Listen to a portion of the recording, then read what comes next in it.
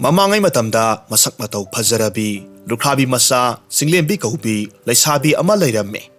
Mahaksi lukhrabi thambalgi amata poksabi masanupini. Mahak masak adukki matik phajai. Mahaki phajabaduda laibak miyamna sakna sonaba khaknatana atoppa laibaktasu maming salamme. Laibak kayadagi ina kairak khulaba pakhang kaya amadi ahal laman kayana mahak putaloi oijarage mamau oijarage haiduna masing tingamdana laklamme.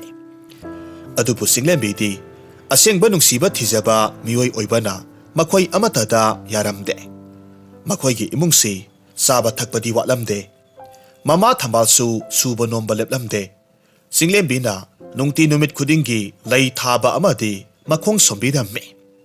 Mamana thabak suduna mahakpu thakpadu yengba ngamdaduna kari tawduna mahaksu sel tansike khalakpa matamda yumgi nakanda lam machet ahangba ama leiribatuda leikol ama semgatke aduga miyamgi awa pothafam oinanaba aduga mahakisu asangmal oina sel khara khara phangjanaba haiduna honajaramme.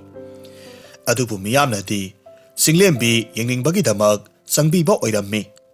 Mahakna semgatjaba leikol dudi kaya phajaba yaudabana mina pamba haibadudi oiramde. Pakhang kharana mahakka wari sananingbagi damak yengba sanglakpa oirammi. Pumnamaksi singlembi masamaksu khangjarammi. Nongmagi numit amani numidang sak toklakpa matamda singlembi mangol dhari mapanda phamtuna thanilgi phajabadu yenglaga wakhal nungaitana unglaga lei. Mataw aduda mama thambalna hairammi.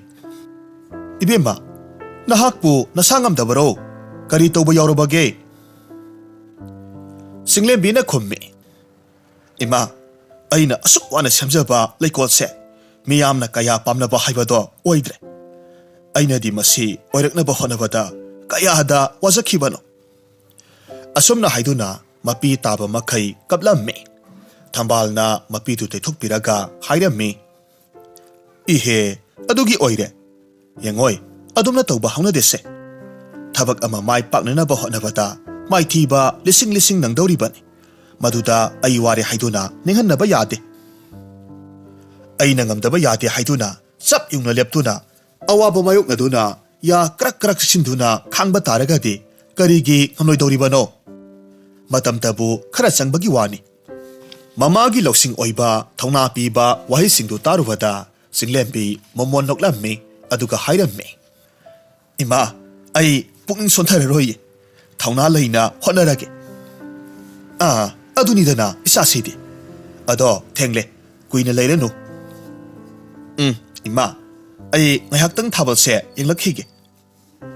Asumna thambal imung sangkhre singlembina momon noktuna mahaki leikol adomda yengthorakpa matamdadi asangba mangalna piktakna nganduna leiramba urammi.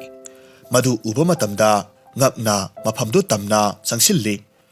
Matamaduda masak khangdaba maningda arangba mangal puba tandan gumbatil makal amakhag oirammi. Tindu usi masa amagum saurammi. Tindu hik launa kaplaga lairammi. Mataw aduda singlembina ngakna hairammi.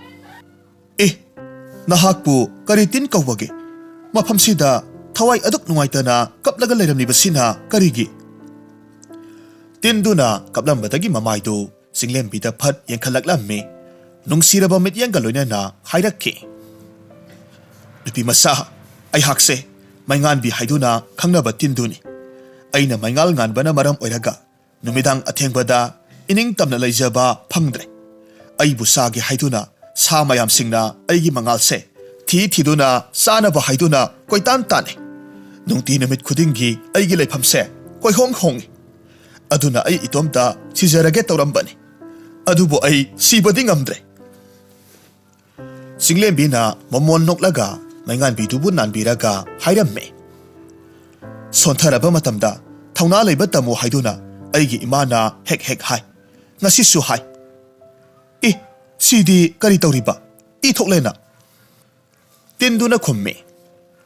Aina isa ithanta sokhanjabani. Singlembina hairamme. Nahakna sana thanta thawai nungaite haiduna asumna sokhanjarabadi mataw karamna yeknaba singbu maithiba piba ngamdauribano.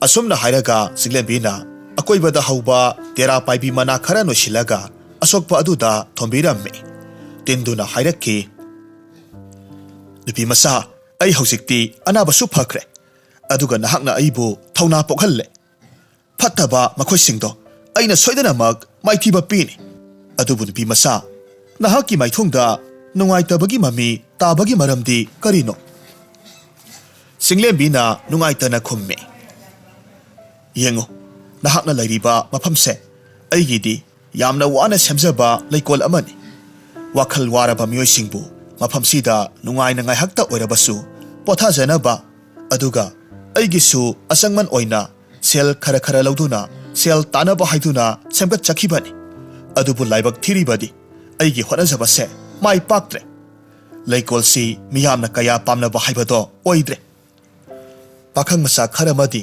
yengba lai Madusu aiga wari sanaba phangnabagidamag lakpa ngaktani aina pambadi leikol se saukhatpa aduga miyamgi pothana phamsu oiba pami nupi masa aihakna soidanamak mateng pangani karisu khallunu ha nahakna di kamdongna mateng pangdoriba tanja adumaktada maingan bitindu pokhairaklammi aduga maingal kaya marum olaklammi aduga khanghaudana maingal singduna saktam amagi mami onthoraklaga masak matau yamna phajaraba ahal miyai chalabi nupi amagi sakphamda onthoraklammi madu ubada khangle ngasaidaki mahakna wari sanaduna leiramliba nupi asidi atai kanasu natre lairembi amani panthaba tawdana Singlembina khurumduna haijai he ima lairembi nasa aina langjakhiba yauragasu aihakpu ngakpiyuko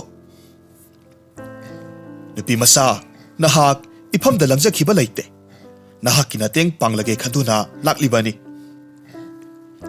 haibiyo ima lairembi nasa ihakki inakta lakbibabu kari tawjau haibano nupi masa nahakna nungtigi thawai nungaitana kapasingdo aina ui maduda aina minungsi phauraduna nahakki nateng panglage haiduna aina maingan bitin ama onduna nahaki na phamda changyeng tawba lakhibani nahaki lamsat ing tappa thaujal haiba minungsi sauba matawasida aihaki thamoise pungpen pele aduna hayu nahaki apamba ama hayu ai sodana mak pige Singlembi wakhal ngai hak khalaba matungda hairamme imalarembi aihaki leikol se miyamgi pothafam leikol ohenbiyu aidati nahaki afaba napuroiba ama pibiyu haiduna nirakadra khalubani adubu nahakti leikol sida thawai kayada yauribano fare munna taro hayeng ayuk anganbada awang pangbaw mai kaida leiba umangduda chatlu mafamduda umangi lairembido soidana mak lairamni mangondagi leikol ama sembada sangadoriba phajaraba mitranggi lei sara singdo pibiyu haiduna mafamda nijau se masigi kuzi asang basay lairembiduda piyu masi ulabadi mahakna thajaduna nafamda soidana mag posak singdo sinarakadoribani asumna hairamlaga lairembidu phut launa mangki mataw aduda ingak ngakna mangla taibangla haiduna lairingai matamduda mama thambalna mahakpu kawbadu taraduna chansilaklammi thambalna hairammi haima nahakti ngasai makai kadaida chatluribano natte numidangi matamda kwachatchatpado tawgano haiba natro ima leikolda mai sakpa male haidana sum sanglubane kariso iramdre yare sangasila o asumna numituma haukre mathangi anganba ayuki matamni lairembiduna hairakibagi matung inna Singlembi chatnabagidamak sem saramme tanja aduda mama thambalsu kaithel chatnaba haiduna thoraklammi masanupina maphinana setuna lairambaduda ngakna hairammi ibema nahakpu kadaida satki hairibano ne ayuk anganbasida ima ita thoibigi thabak amata chatminaru sena tawbane koiroida ngaihaktang chatlaga adum halakadawbani asumna hainaraduna mamadusu ngarubak ama makok thakta thonggatlaga kaithel lomda thokre Singlembisu patra ama puduna hairakhiba mafamdu tana laklammi leptana asum lakpana haujikti awang thangba umang haribadu yauraklammi asum sangsilaklammi umangdu adukki matik isik e asangba unawana kayana akiba phangna wangba makhai haurammi mahakna akoibaduda yenglaga yamna kina haijarammi is aisisu pangba haibaduni ita thoibi kauraga laknaramgadabani nupi ai itomta mafamsida kiba khangdaba makhai hekla emi is umang sisu karino khangde misik mirau kholga amata tade aidi sumkisilak lebu aibu halhobana phagadori brane leikol gilarem biduna matau karamna thigadori bano asumna khanduna asum lakpasida ikhang khangodana mahaki hek mitmangda angauba masugi theba amakhak songthoraklamme matau aduda khangprek khangladuna singlembi khonjel thokna laurammi asumna tawbadagi di khangudana umangdu yuhar habagumna niklamme matau aduda thebaduna yamna pakhatna singlembi bu mahaki matung inara u haibagumna ingit piraklamme singlembi su kiga kibane thebadu ki matung inaramme metkup kharagi matungda thebaduna selambadagi sap leplaga sor thabet holaga hairamme nupi masa yare haujikti karisu tawraro mafamsida ngaihak potharasi karino tawriba matawsibo aibu wakhal amata tadre nupi masa aihakse umangsibu ngak senaba thamba theba amani umangse makhol thokna langba yade maramdi mafamsida tamthiraba sa makhal amakhak lei mahak mamit tangi tawbatabu manadi adukki matik singi mahakna makhol karamba mafamda thokpage haiduna matam supada thiduna tale hek thokpa mafamduda phatlauna chensinduna makhol hawliba misak natragana jibado natragana posakto phakairaga setuna chaba haibase mahaki pandamne o ayakpu kanbibagi damak hainingai leitana thagatpa phongduksari nipi masa adubu ngaikhone he umangsida natomta akiba leitana laklibasibu karigino singlembina khumme aihak umangi lairembi thiba laksabani mahaki mafamdagi karigumba kharatang nijage haiduna laksari bani marup nahakpu mahaki leifamga khangbro adudi nupi masa mahakpu kari maramgi damak thirakli bano singlembina ngarang numidang thokhiba thaudok amadi thengnakiba lairembi dugi maramda tamlamme masidagi thebaduna hairamme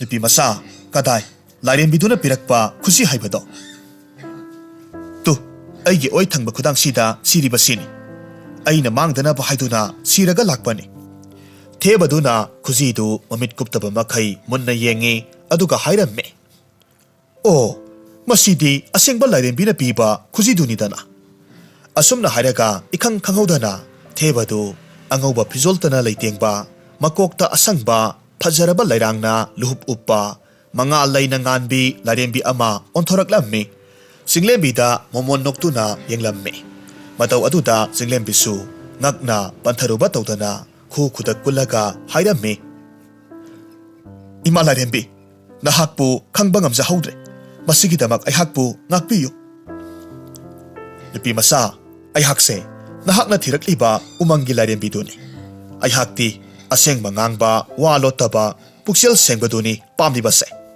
mamang thakta laklamba miyoi singdudi namthaki miyoi ngaktani makhoina sasinaba khuji puraktuna ifamda sanaki adubu makhoina tawriba thabak khudingmakto aidi loinamak khangbana aigi sangengsida loinamak maithiduna hankiba ngaktani hayu nupi masa nahaki apambado hayu haujikti karisu waruragano ayakna soidana mak piragani singlembi momon noklaga hairamme imala rembi ayakna mamangda haijakibaduni ayaki leikol amakhak semgatse madu miyamgi pothaphamsu ohenba aduga ayaki sel thopam oinanaba phajaraba leichar sing khara pinabiyu phare nupi masa mitkup amatang ngairamkho asomna haiduna lairembidu asongba marakta changsinki mitkup kharagi matungda ningthina yomlaba leichar khara puthoraklamme lei thanaba haiduna maru kharagasu puthoraklamme aduga hairamme yengo nupi masa Masigi leisar pambi singse hek yobaga nahaki leikolduda thajillu. Isingdi numidangda khaktamak saigadabani. Aduga masigi leimaru singasina nahaki leikoldugi akoibada sinba thungna chasillu. Haubu haurabadi punsi chupagi oina adumak satuna fajaraba lei kaya ama haudoribani. Masina hek haubaga punsi chupagi oina adumak satuna fajaraba lei kaya marum haudoribani. Aduga masimasu munna tasillu. Aina nafamda sinariba lei singse araiba amata natte. Pumnamak mitrangi lei ngaktani. Aduga masay numidangda khak chatkadoribani. Amamba numidangi matamduda lei singasina makal makha kayagi masugum nganduna chattoribani. Mipum khudingmakna sangningba poktanadi tokloi. Hek ubada awa pothaningba phaudoribani. Nungtigi adumak sangningdoribani. Masina miyoising adubudi mitrang toksinbadi natte. Aduga nungthilgi matamdadi nakhoina leisingsigi magunse khangba ngamloi.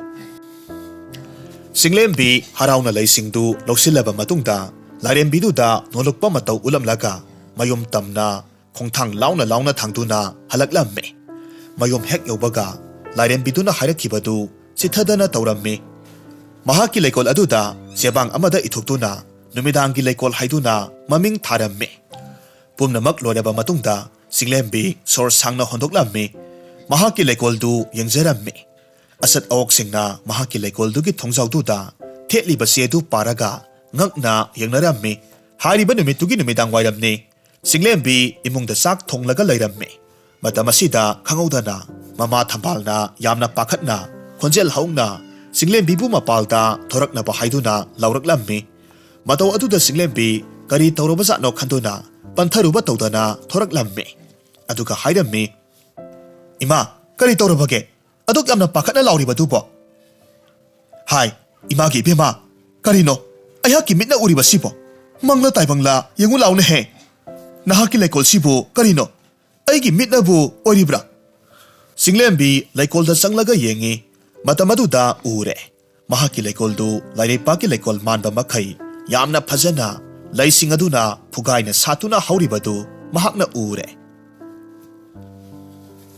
Nang hauraroi matagum makhoi anidu leikol tamna sangsilli aduga yamna thajadaba maongda laising aduda paiduna leikoldugi akoibaduda koichat chatlamme. Mitkup kharagi matungdadi thambalna ngakna hairamme. Hai, ngaikon he ibima. Masibu kamdawna oiribano. Singlembina thokiba thodok khudingmak mamada tamlamme. Aduga haraungna amadi angakpaga loinana hairamme. Aidi ngasai tamaru hulambani. Mitrangi lei haibasidi tasengna mitrang tawbagum phawina. Mataw asumna mama masa anina wari sanaraga leikoldudagi thorakpa matamdadi yamlaba miyam singna leikolduda changnabagidamag pareng leptuna thongakpa miyoi kanano haiduna thinaramme. Mataw aduda mama masa aniduna haraupoi ngakpoi yenglaga lei. Pareng naina leptuna leiriba miyoi sing adugi maraktagi ahal miyai salaba nupi amana hairamme. Ibima Singlembi asangmal sel kayano aikoi nahaki leikolse yengningba loire aikoi bu amukta changhalune. Thambalna Singlembi da yenglaga hairamme. Ibima nahaki na thau pangthuk chahoro imasune imungda sak losilukige. Asumna hairamlaga mamadu sangkhre. Singlembi na wakhal ngai hak khalaba matungda leikoldugi thongzaududa leplaga hairamme. Mayam asangmal se lupa tara khaktamak lawjarage. Mayamdu krik krik hek inaba makai sel singdu mathang piramlaga yamna haraungna leikolduda sangduna tarang malang amata tawbagi matawgum yengjaramme. Nupi amana yamna haraungna hairamme. Ibema Singlembi nahaki leikolse mit thakpa makai hek phajakre. Kamdawna asuk ningthizaraba leikol sing asibu natomtana sengbat saгаtlibano. Singlembi na ngaihak wakhal khalaba matungda hairamme. Ine nongma ahal hanubi amana aikhoigi yomsida laisar yonba lakhiye. Matamduda leihauba laisar ngaktani thaba kuidri yamna thunabu satli. As adudi mathang hanubi do lakpa matamdadi aikhoisu leihauba tare. nahakna thengnaba thoklabadi aikoidasu paw yahonbirauko. Mataw asumna numit adudagi hauna chinglenbigi leikoldu aduki matik miyamna sak khangnaba haibadu oirammi. Laiba kayadagi miyoi kayamarum amasu yengba laknarammi. Numidangi MITRANGGI leikol haiduna sakhang nakhi. Nongmagi numit amadani chinglenbina mahaki leikoldu senaraga leirammi. Sa liba leising aduda pagpatin masa amabu lauthokpiraduna mahakna hairammi. Nakhoisu thawai panba jiba makhal amani. Adubu aigi leising asida tongsillaga nakhoina lei manasingse chathokpa thoklabadi kamdauna phugaina satpa ngamdauribano. Nakhoisu atopa mino udaba umangda hauba asangba mana masing singduda tonglaga nakhoigi nabuk thanna saruro. Asumna leiringai tanja aduda khanghaudana maingan bitin masa amakhak pairaklammi aduga hairammi. Nupi masa nahak ayhaki achauba thodang amadi pangthuktaba yadre. Khonjel du tarubada singlembina kanano haiduna onthorakpa matamdadi mamang thakta thingnakhiba apikpa lairembi masa tingi saktamda lakhibadu oirammi.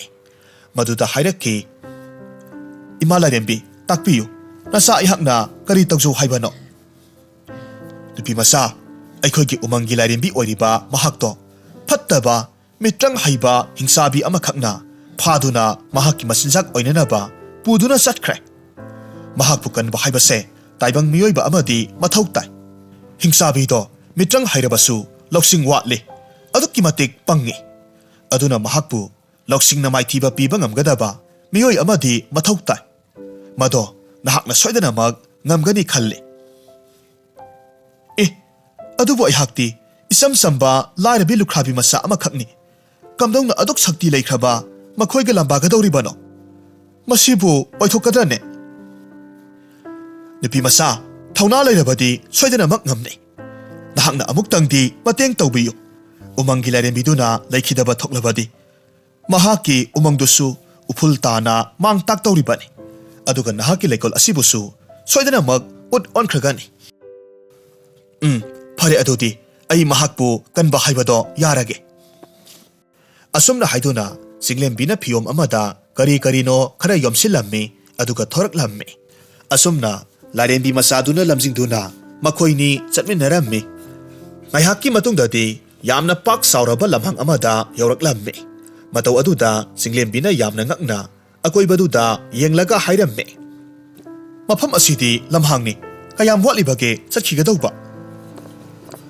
Nipi masa tu masigi lamhang asigi mayai oirapna lei pambi masa amakhak haubani.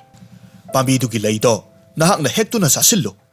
Matamaduda soidana mag MITRANGGI thong amakhak thorakan.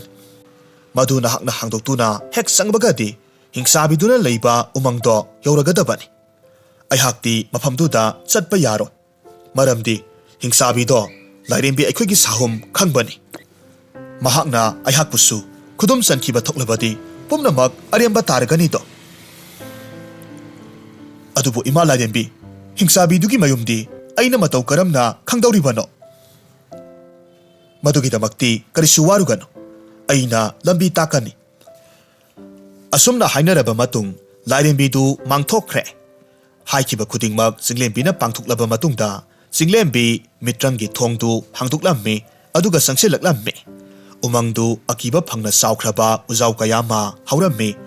Tanza aduda arangba maingal amana singlembigi mitmangda thoraklammi.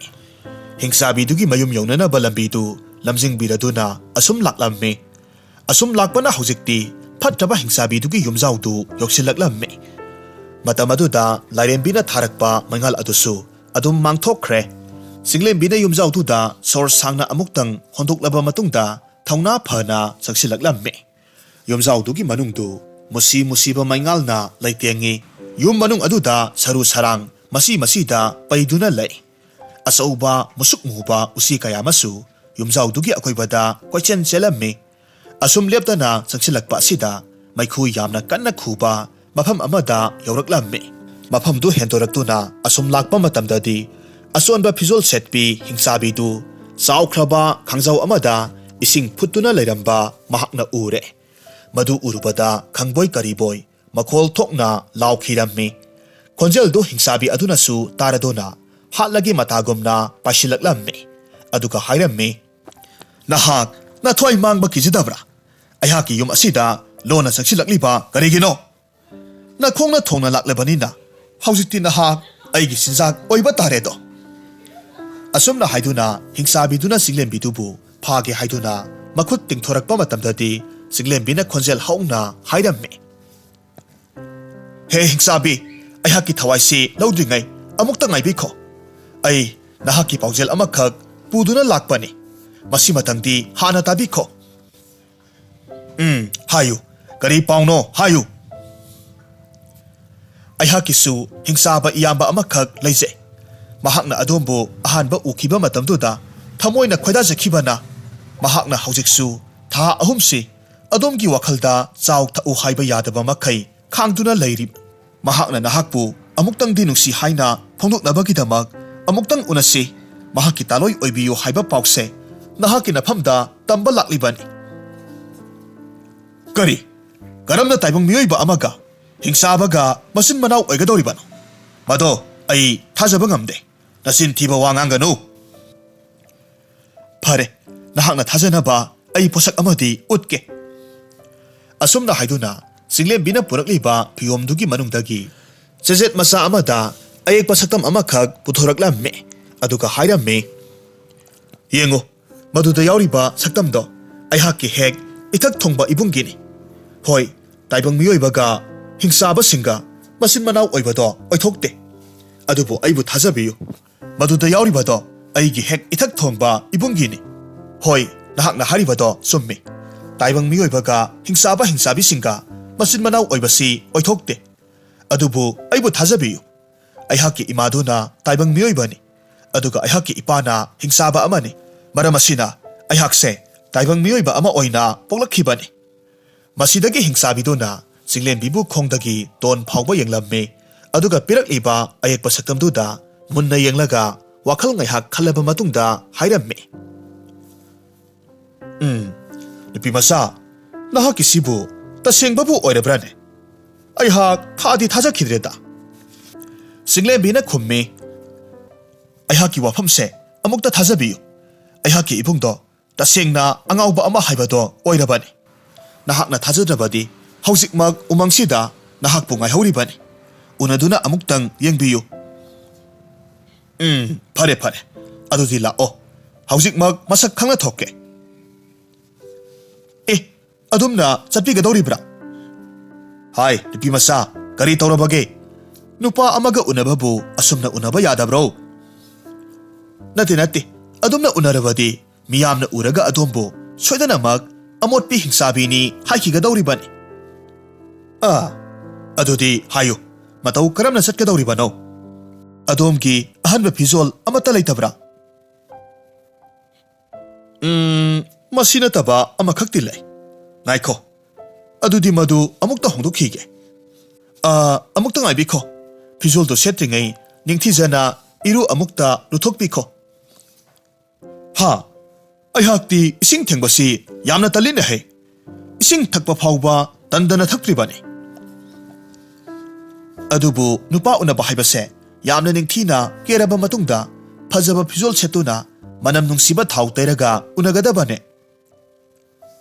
as aidi sanan bahibasi kaya hainadabane adubu phare lao nahakna aigi mateng khara pango hingsabidusu mapunsida nungsiba haibasi karino khalaktabana ahanbaga oire singlembina haiba khudingmak thajaraduna nungaiba manglan amada tauduna leikhi asumna hingsabidu iruzaba sangkhringai singlembina yumjaudugi akoibaduda koichat chatuna umangi lairembidu thiramme kona thangdadi ure lairembidu sarang amagi manungda thamlamba ure sarangdugi manakta chensilaklamme lairembi adunasu mahak lakpadu uraga hairamme nupi masa nahakpu mafamsida matau karamna laklibano singlembina khumme ayhakse aiga thingnakhiba lairembiduna nahakpu kalunabagitamak tharakpani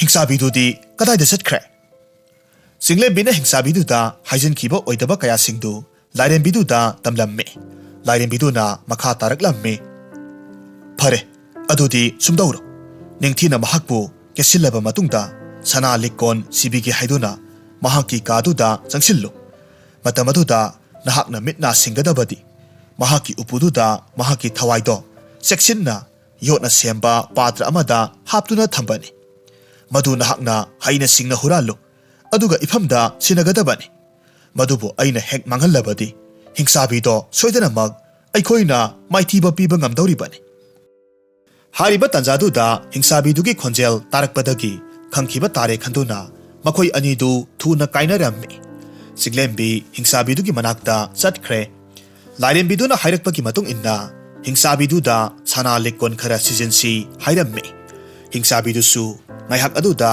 ꯅꯨꯡꯁꯤꯕꯒꯤ ꯋꯥꯈꯜꯗ ꯇꯥꯎꯔꯒ ꯂꯩꯈꯤꯕꯅ ꯊꯋꯥ ꯏꯁꯥ ꯁꯥꯗꯅ ꯍꯣꯏ ꯍꯥꯏꯗꯨꯅ ꯍꯦꯛꯇꯃꯛ ꯌꯥꯊꯣꯔꯛꯂꯝꯃꯤ ꯑꯗꯨꯒ ꯀꯥꯗꯨꯗ ꯆꯪꯃꯤꯟꯅꯔꯛꯇꯨꯅ ꯍꯤꯡꯁꯥꯕꯤꯗꯨꯒꯤ ꯎꯄꯨꯗꯨ ꯍꯥꯡꯗꯣꯛꯂꯒ ꯁꯅꯥ ꯂꯤꯛꯀꯣꯟ ꯈꯔ ꯂꯧꯊꯣꯛꯂꯒ ꯁꯤꯖꯤꯟꯕꯤꯔꯝꯃꯤ ꯋꯥꯈꯜ ꯑꯃꯗ ꯄꯨꯊꯣꯛꯅꯕ ꯍꯥꯏꯗꯨꯅ ꯆꯤꯡꯂꯦꯝꯕꯤꯅꯁꯨ ꯍꯤꯡꯁꯥꯕꯤꯗꯨꯗ ꯅꯨꯡꯁꯤ ꯅꯨꯡꯉꯣꯜꯒꯤ ꯋꯥꯔꯤ ꯀꯌꯥꯃꯔꯨꯝ ꯂꯤꯁꯤꯜꯂꯝꯃꯤ ꯋꯥꯈꯜ ꯊꯩꯗꯣꯛꯂꯝꯃꯤ ꯍꯤꯡꯁꯥꯕꯤꯗꯨꯁꯨ ꯃꯍꯥꯛꯀꯤ ꯃꯔꯨ ꯑꯣꯏꯕ ꯊꯋꯥꯏ ꯌꯥꯎꯔꯤꯕ ꯄꯣꯠꯁꯛ ꯑꯗꯨꯒꯤ ꯋꯥꯈꯜ ꯀꯔꯤꯁꯨ ꯈꯜꯂꯨꯕ ꯇꯧꯗꯅ ꯃꯣꯃꯣꯟ ꯅꯣꯛꯂꯒ ꯍꯥꯏꯔꯝꯃꯤ ꯅꯨꯄꯤ ꯃꯆꯥ ꯑꯩꯍꯥꯛ ꯍꯧꯖꯤꯛꯇꯤ ꯐꯖꯔꯕ꯭ꯔꯥ ꯅꯍꯥꯛꯀꯤ ꯅꯕꯨꯡꯗꯨꯅ ꯄꯥꯝꯂꯒꯗ꯭ꯔꯥ ꯃꯊꯪ ꯑꯃꯨꯛ ꯀꯔꯤ ꯋꯥꯠꯂꯤꯕꯒꯦ ꯆꯤꯡꯂꯦꯝꯕꯤꯅ ꯈꯨꯝꯃꯤ